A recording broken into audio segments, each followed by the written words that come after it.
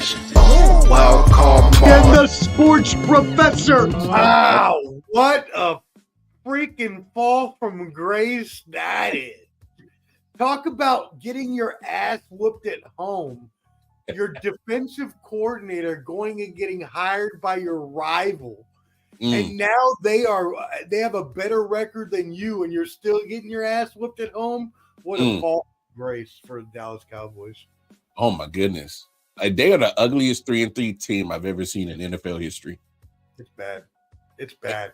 And here's the thing, because I know we had talked about it earlier. I didn't think that they were going to re-sign Dak. They ended up giving him $60 million a year. What a waste of money. They re-signed CD. That made sense. And I remember your take. You was like, "We'll try to sign all three." I did. I said sign all three. Now what do you do? What do you do now? To be honest, I don't know if you re-sign Micah Parsons now. He's injured now. Well, not just that he's injured.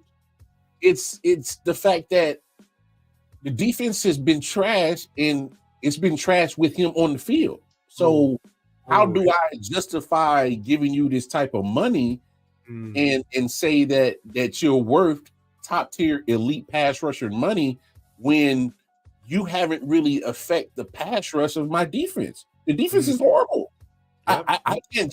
I cannot justify, if I was a smart GM, I can't sit here and say that, hey, Micah Parsons, I'm going to give you Nick Bosa money, but I'm not getting Nick Bosa production. Now, there are games, specifically when they play the Giants twice a year, that Micah Parsons is elite. When he plays Bishop Sycamore, he's elite. All right. Plays Bishop Sycamore.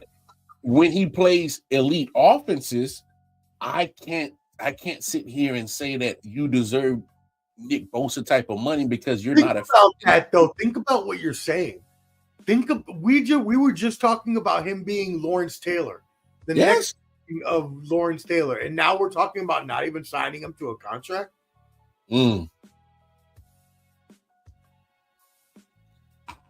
I can't justify it right now.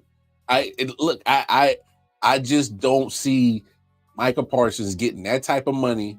But the problem is, we're still talking about Jerry Jones. Right. What are you gonna trade him for though? Right. Like, I mean, you can't get no one's gonna. I don't think anybody's gonna give you. Well, somebody might give you a first. No. You still trade for him. I don't know if you get a first rounder, but the fact of the matter is, we're still talking about Jerry Jones. Jerry Jones, I think, will still pay him. Oh yeah, and he'll wait till the offseason, so he has to pay him $200 million more. Yeah, and Shane brings up another point. You made zero offensive, or not just offense, but you made little to no move in offense to make yourself better. Me and Tony Savant were laughing at, your biggest move was bringing back Ezekiel Elliott. Come on, now what are we doing? You got rid of him for a reason. He went to New England and floundered for a reason. So you're bringing him back, and you got him and Rico Dottle and all these other weapons, and Flo would say, "Get the fuck out of here." Okay, so I like Jake Ferguson. I like their tight end, and CD Lamb is pretty much your only weapons that you got on the offensive side. They should have signed Derrick Henry. That was their biggest problem. We can admit that right now. But even if you don't sign Derrick Henry, why did you not re-sign Tony Pollard? Tony Pollard is actually looking good on a trash Tennessee team. Yeah, playing decent. Yeah. He's playing decent on a trash team. So I don't know how you don't. And then it goes back to the point, you can't run the ball. So now you're forced for your $60 million man a year to throw the ball 40 plus times a game.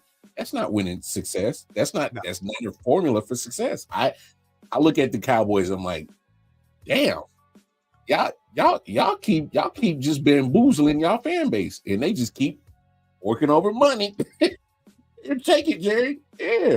Yeah. America's team was the greatest branding marketing exercise I have ever seen in my life, because that has lasted the test of time for a team has sucked for the past year. Genius. Absolutely genius. And then of course last team in that division, who I think I can't wait to see this matchup between Washington and Philly. Philly doesn't still. They're kind of mid. They look mid. They look very mid right now. What's your thoughts on Philly? They are looking mid, as the kids would say right now. Maybe a little low key. I don't know if I'm saying the things right. But what I will say is I'm too old to talk like that. So what I'll say is I think the Eagles are going to be fine in the long run. Now, this all depends on how much of a crater there is actually between Nick Sirianni and Jalen Hurts. Now, Flo has brought this up plenty of times since the offseason, and I kept downplaying it because I believe that there's always craters between quarterbacks and head coaches. Always. Because you're the two people that have the offensive competing ideas that are going to want to have the quarterback wants to run his system, the head coach has their system, and they have to merge and kind of figure out their way along the way. So the whole time, like, that's fine, even if they do have a little bit of disagreement, because that's what's supposed to happen between two offensive-minded people that are trying to head in the same direction. Now, that being said, this crater is looking to be a little more Grand Canyon-sized than we thought. That, as you mentioned, the division is wide open. I agree with Shane Peacher.